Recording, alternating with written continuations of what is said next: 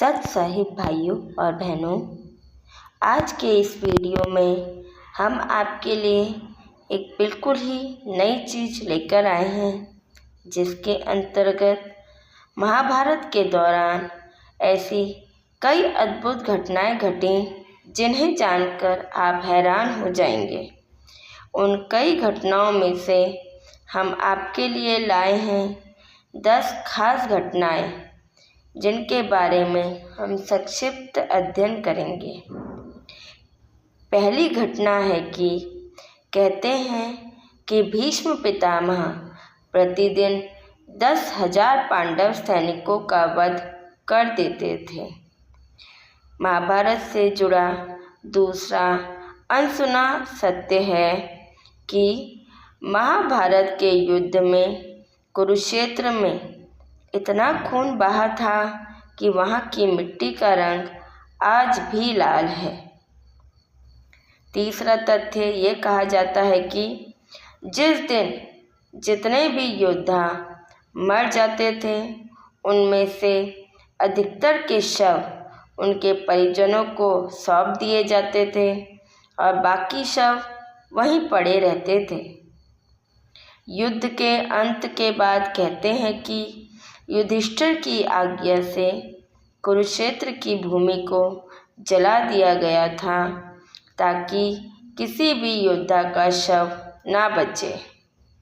पांचवा तथ्य यह बताया जाता है कि प्रतिदिन लाखों लोगों के लिए युद्ध भूमि के पास ही लगे एक शिविर में भोजन बनता था। युद्ध की शुरुआत के पूर्व के दिन लगभग 45 लाख से अधिक लोगों का भोजन बना। इसके बाद प्रतिदिन जितने योद्धा मर जाते थे, उतना भोजन कम कर दिया जाता था। लेकिन यह पता कैसे चलता था कि आज कितने योद्धाओं का भोजन बनाना है?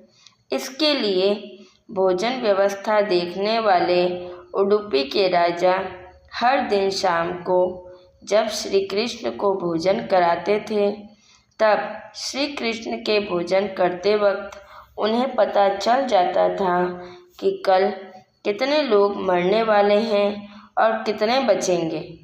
कहते हैं कि इसके लिए श्री कृष्ण प्रतिदिन उबली हुई मूंगफली या चावल खाते थे। उसी से राजा को पता चलता था कि कल कितने लोग मरेंगे, तो मुझे शाम को कितने लोगों का भोजन बनाना है। इस तरह श्री कृष्ण के कारण हर दिन सैनिकों को पूरा भोजन मिल जाता था और अन्न का एक दाना भी व्यर्थ नहीं जाता था। कहते हैं कि महाभारत युद्ध के प्रारंभ होने के प्रथम दिन श्री कृष्ण ने दोनों सेनाओं के बीच खड़े होकर अर्जुन को गीता का ज्ञान दिया था। तब तक के लिए उन्होंने समय को रोक दिया था और सभी सैनिक स्तंभ जैसे हो गए थे। गीता ज्ञान को अर्जुन के अलावा हस्तिनापुर में बैठे संजय ने और अर्जुन के रथ पर विराजमान हनुमान जी ने सुना था। परंतु यह भी कहा जाता है कि वहाँ के आकाश में उड़ रहे पक्षियों में से कुछ पक्षियों ने भी यह ज्ञान सुना था। आठवां तथ्य यह बताया जाता है कि दुर्वासा मुनि के श्राप के प्रभाव से वपु ने गरुण वंशीय कंधर नामक पक्षी की पत्नी मदनिका के गर्भ से एक केक पक्षिणी के रूप में जन्म लिया। उसका नाम ताक्षथी था। बाद में उसका विवाह मंदपाल के पुत्र द्रोण से विवाह किया गया। 16 वर्ष की आयु में उसने गर्भ धारण किया। इसी अवस्था में उसके मन में महाभारत का युद्ध देखने की इच्छा जागृत हुई। वह आकाश में उड़ रही थी। उसी समय अर्जुन ने अपने किसी शत्रु के ऊपर बाण का संधान किया था। दुर्भाग्यवश यह बाण ताक्षी के पंखों को छेदता हुआ निकल गया और वह अपने गर्भस्थ अंडों को गिराकर स्वयं भी मृत्यु को प्राप्त होकर पुनः अपने अप्सरा स्वरूप में आकर देवलोक चली गई। लेकिन उसके अंडे गर्भ विच्छेद के कारण पृथ्वी पर गिर पड़े।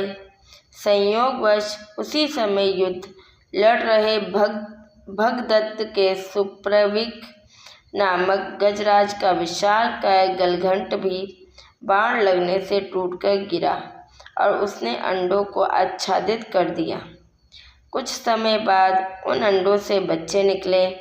तभी उस समय मार्ग से विचरण करते हुए मुनि श्रमिक आ निकले। मुनि उन पक्षी शावकों पर अनुकंपा करके अपने आश्रम में ले जाकर पालने लगे। एक अन्य तथ्य और बताया जाता है कि महाभारत युद्ध के दौरान द्रौपदी युद्ध शिविर में ही रहती थी। एक बार कुंती और गांधारी भी वहाँ पर आई थी।